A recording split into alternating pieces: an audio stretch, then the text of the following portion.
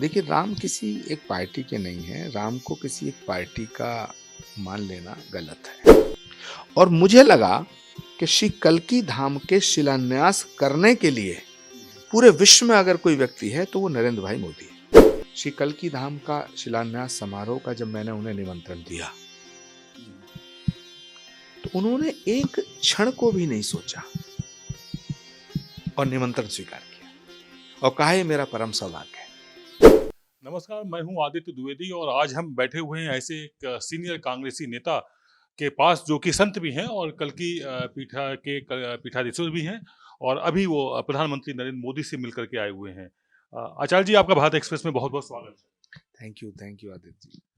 अ, राम मंदिर में प्राण प्रतिष्ठा होती है अयोध्या में तो आप जाते हैं वहाँ पर, जबकि पार्टी कहती है कि वहाँ नहीं जाएँगे। आप पहुँचते हैं, शायद आप मन की बात सुनते हैं और अब हमें लगता है आपको नरेंद्र मोदी प्रधानमंत्री जो मन की बात करते हैं, वो भी कुछ भाने लगी है।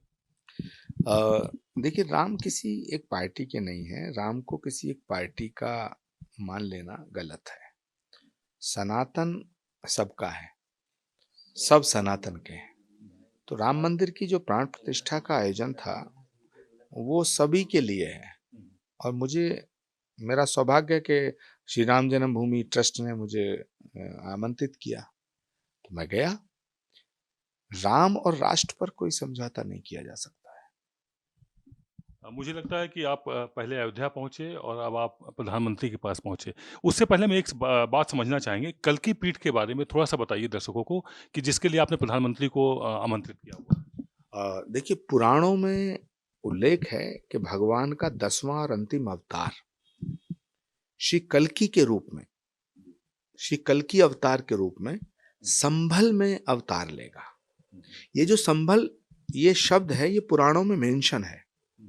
श्रीमद् भागवत का एक श्लोक है कि संभल ग्राम मुखस्य ब्राह्मणस्य महात्मना भवने विष्णु यशस्य कल्कि प्रादुर्भविष्यति। यानी संभल नामक स्थान पर भगवान का पूर्ण अवतार श्री कल्कि अवतार, श्री कल्कि के रूप में निष्कलंक अवतार होगा। तो जिस धरती पे भगवान आएगा, उस धरती पर भगवान के आने से पहले ही उसके नाम का धाम बनाया जा रहा है। ये एक अद्भुत घटना है। पूरी दुनिया में जितने धाम हैं वो तब बने जब भगवान आया और आने के बाद।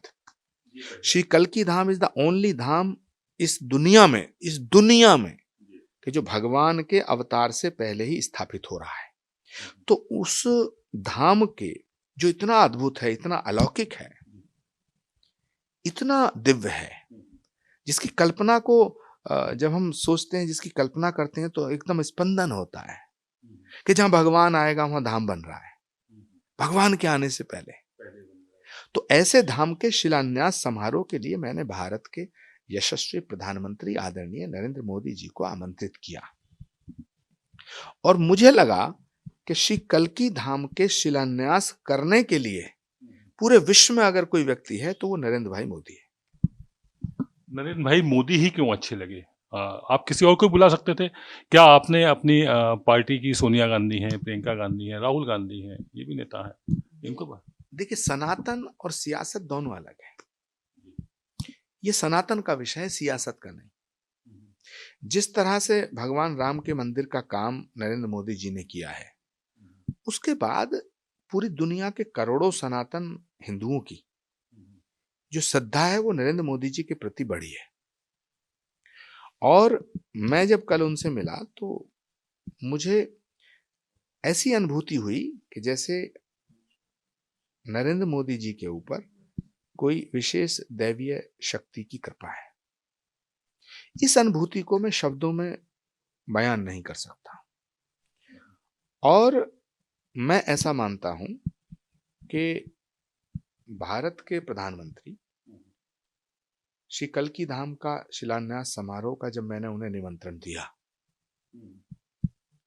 तो उन्होंने एक क्षण को भी नहीं सोचा और निमंत्रण स्वीकार किया और कहा, ये मेरा परम सौभाग्य है। तो इस विषय पे कोई राजनीतिक कयास लगाना या इसको राजनीतिक चश्मे से देखना मुझे लगता है उचित नहीं होगा। ये हमारी भावना का, ये हमारी श्रद्धा का, ये हमारे विश्वास का, ये हमारी आस्था का विषय है। 18 साल पहले जब मैं साधु हुआ और मेरा पट्टाभिषेक हुआ, तो मैंने संकल्प लिया था कि जहाँ भगवान आएगा वहाँ का कल्कि धाम बनना चाहिए। 7 नवंबर 2016 को हम ये शिलान्यास कर रहे थे, लेकिन उस समय की सरकार अखिलेश यादव जी की थी। उस सरकार ने इस पे पाबंदी लगा दी थी। फिर हम सुप्रीम कोर्ट आए, फिर हम हाई कोर्ट गए, फिर हम आए, तो हाई कोर्ट के आदेश के बाद श्री कल्कि धाम का निर्माण प्रारंभ हो रहा है और इसका शिलान्यास 19 फरवरी को है। प्रधानमंत्री जी ने मुझे आश्वस्त किया है कि वो 10:30 बजे आकर के श्री कल्कि धाम का शिलान्यास करेंगे। काफी प्रभावित लग रहे हैं आप प्रधानमंत्री से मिलने के बाद। क्या कुछ और चर्चाएं हुई, कुछ और बातें हुई उनसे, क्योंकि आप कह रहे हैं कि वो उनके अंदर दैवीय शक्ति है, क्या कुछ चर्चा हुई कल्कि धाम के अलावा? मैं ये नहीं कह रहा हूं उनके अंदर दैवीय शक्ति है, मैं ये कह रहा हूं कि दैवीय शक्ति की कृपा उन पर है। दैवीय शक्ति की कृपा उन पर है। दूसरी बात, आप कह रहे हैं मैं उनसे प्रभावित हुआ। सत्य को स्वीकार करना, प्रभावित होना दोनों अलग अलग विषय है। किसी से प्रभावित होना और सत्य को स्वीकार करना दोनों अलग विषय है। जो मैं कह रहा हूं ये सत्य है और सत्य सार्थक सर्वदा, सत्यम शिवम सुंदरम।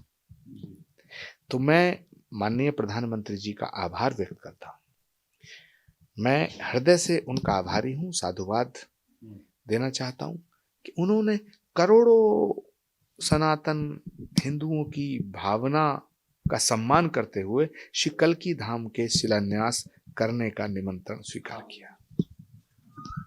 राम जन्मभूमि से पहले आपको निमंत्रण मिलता है और आप प्राण प्रतिष्ठा में अयोध्या जाते हैं। उसके बाद आप कल्कि में नरेंद्र मोदी जी को बुलाते हैं, प्रधानमंत्री जो हैं देश के। हमें तो ऐसा नहीं था कि जैसे आरएसएस कोई टारगेट अगर अचीव करना चाहता है तो बहुत प्लानिंग करता है, पूरी प्लानिंग करके वो टारगेट अचीव करता है। तो ऐसा तो नहीं आरएसएस आपको पाना चाह रहा हो? देखिए, मेरे और प्रधानमंत्री जी के बीच में आरएसएस कहां से आ गया? माननीय प्रधानमंत्री जी और मेरे बीच में तो कोई भी नहीं है। वो देश के प्रधानमंत्री हैं, मैं एक छोटा सा फकीर हूं।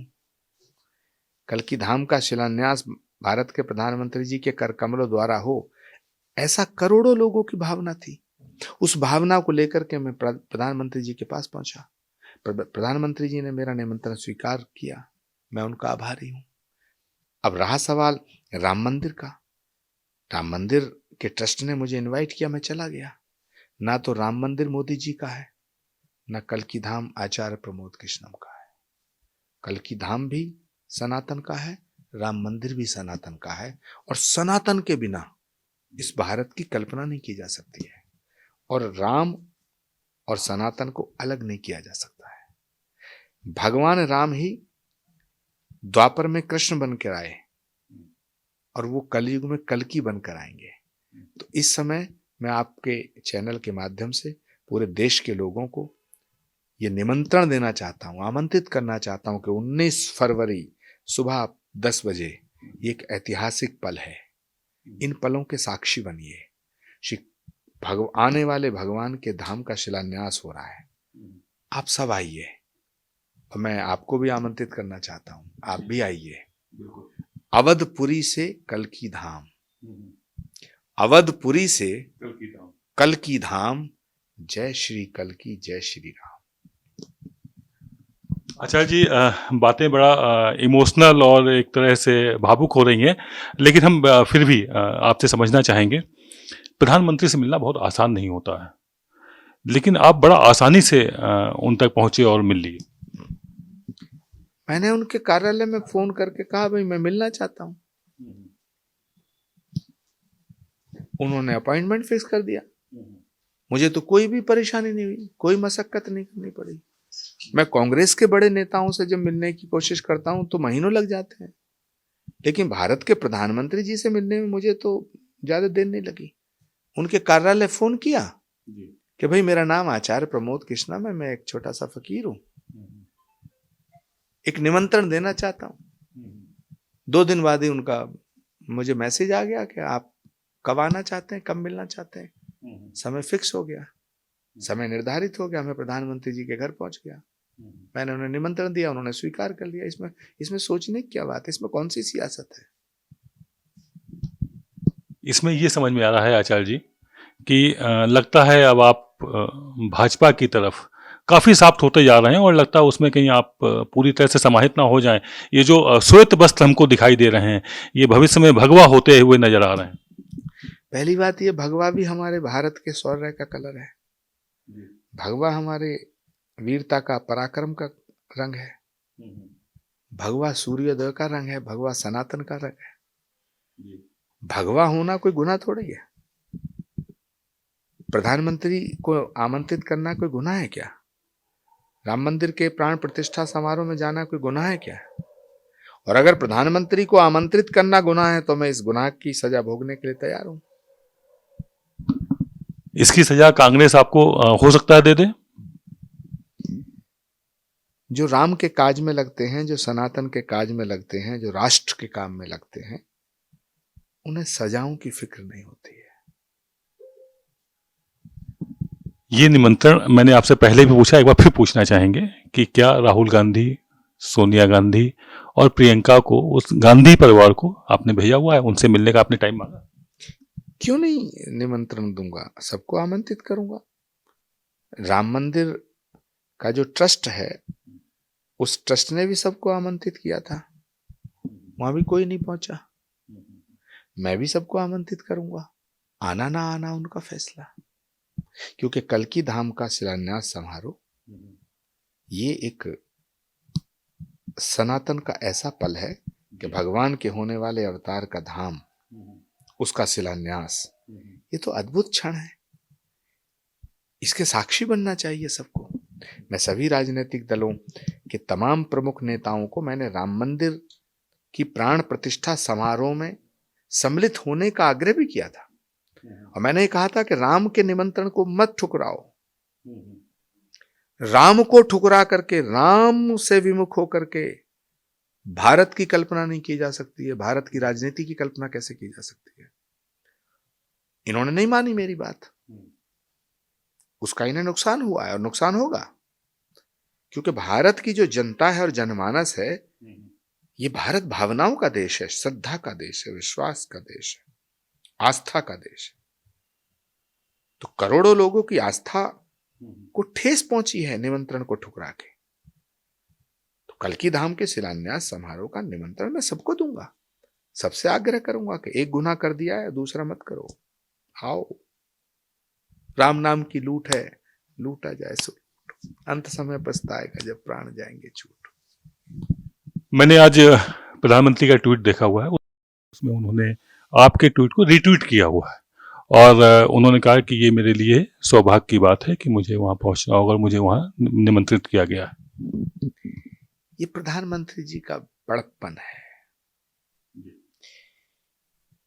ये नरेंद्र मोदी जी के विराट व्यक्तित्व को और उनकी विशालता को झलकाता है। वरना हम जैसे कितने लोग उनको आमंत्रित करते हैं, करना चाहते हैं, कौन कहाँ जाता है, कौन कहाँ आता है, ये सब पूर्व निर्धारित है, परमात्मा की कृपा से होता है। अब मुझे लगता है कि इस धरती पे नरेंद्र मोदी सनातन के सच्चे ध्वजवाहक हैं, सनातन की भावनाओं का सम्मान करते हैं, इसीलिए उन्होंने मेरा निमंत्रण स्वीकार किया। वरना मेरा तो उन पर कोई जोर ही नहीं है, मेरा उन पर हक कहाँ है? मैं तो विरोध में हूं। ये तो एक अद्भुत मिसाल है। और प्रधानमंत्री जी ने मुझसे बिल्कुल नहीं कहा कि कोई शर्त नहीं लगाई। मैंने उन्हें आमंत्रित किया, उन्होंने स्वीकार किया। तो मैं प्रधानमंत्री की इस विशालता को, विराटता को प्रणाम करता हूं और उनका धन्यवाद। ये है आचार्य प्रमोद कृष्णम, जिन्होंने स्पष्ट किया कि राम नाम की लूट है, लूट सके सो लूट, अंतकाल पछताएगा जब प्राण जाएंगे छूट। इशारा था उन सभी राजनीतिक दलों को जो राम जन्मभूमि में बुलावे के बाद भी नहीं पहुंचे, और आपने प्रधानमंत्री को आमंत्रित किया है और काफी खुश हैं, नजर आ रहे हैं। और लेकिन ये भी साथ में कह रहे हैं कि नहीं, इनका कतई इस तरह का विचार नहीं कि भाजपा ही ज्वाइन कर लेंगे। तो ये थी खास बातचीत प्रमोद कृष्णम से। कैमरा पर्सन मधुर के साथ आदित्य द्विवेदी, भारत एक्सप्रेस।